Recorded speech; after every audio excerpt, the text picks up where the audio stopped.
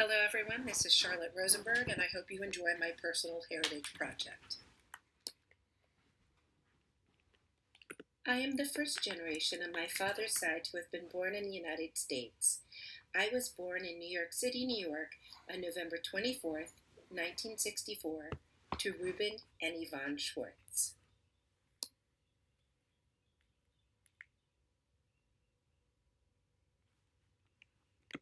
My father, Reuben, was born in Leeds, England on May 5, 1915, to Charles and Seema Schwartz of Austrian and Polish descent. Dad and his older brother, William, and their parents migrated to the United States through Ellis Island in 1925. My father's family were very observant Orthodox Jews, and they were also Ashkenazi, which means that they were Eastern European Jews. Those Eastern European Jews can trace their lineage back to the Middle East about 800 years. Ashkenazi Jews are also predisposed genetically to certain illnesses. That's why it's important for me to know whether or not I'm going to potentially develop a disease. The language that they spoke at home was Yiddish, which is a combination of Hebrew and German. So that you know, very religious Jews will not speak Hebrew, so they combined Hebrew with German. They'll only use Hebrew in prayer. My children are actually right now studying Yiddish.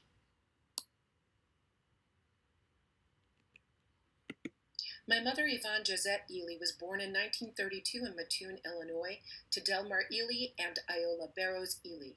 Delmar's family were members of the Scottish clan Galbraith, and it is through him that my mother was able to trace her family's arrival to what is now known as the United States on the Mayflower.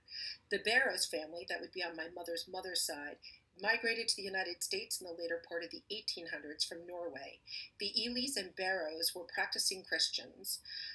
In fact, my mother's mother was part of a singing group, and they had a radio program.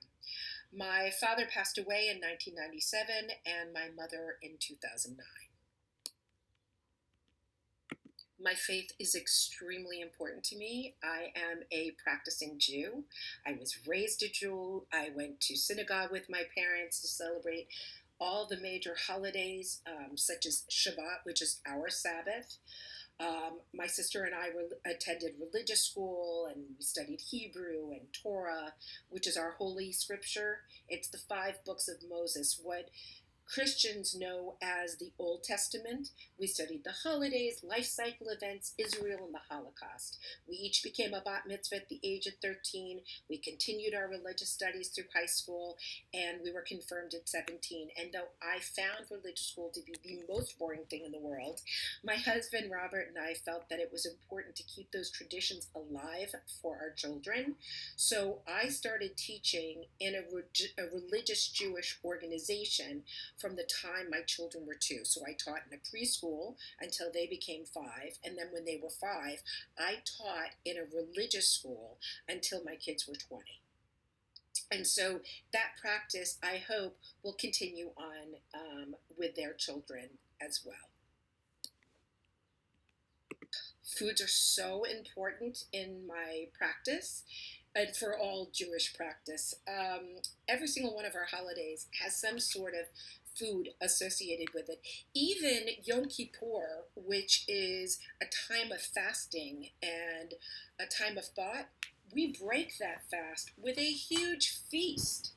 I host all the holidays at my house with the exception of Passover, which we now celebrate up in Maryland at my daughter Chelsea's future in-laws' house. My religion reminds me that we were strangers once in a strange land, and therefore we're urged to welcome guests to take part in our celebrations.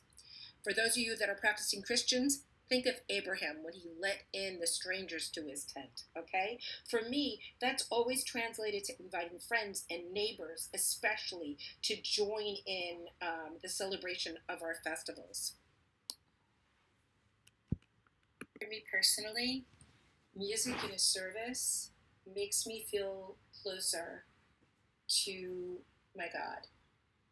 And I started singing cantorial music about 11 years ago. I got hired by the oldest temple in the entire state. It's called Temple of Israel. And I'm going to sing for you the Shema. Shema Yisrael Adonai Eloheinu Adonai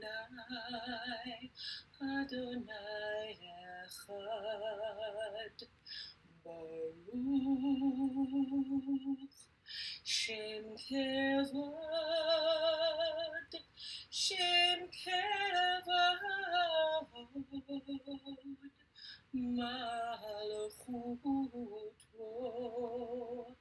Leolam Leolam Vaed.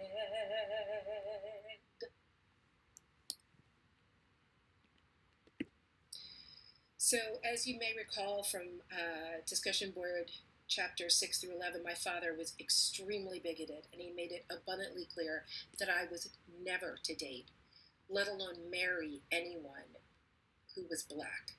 And I had to marry a Jew. That was the most important thing, but I certainly could not even date someone that was black.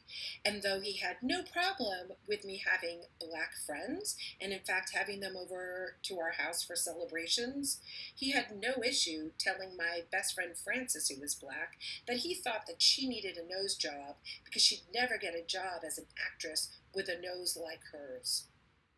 Her nose was perfectly fine. In fact, it was beautiful. It looked perfect on her face. There was nothing wrong with her nose.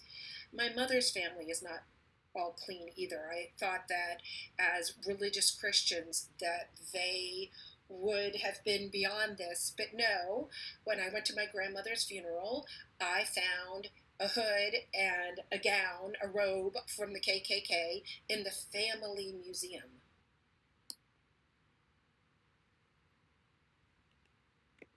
I am on the emergent stage of the Helms White racial identity development model, as much as I'd like to pretend that I'm further along.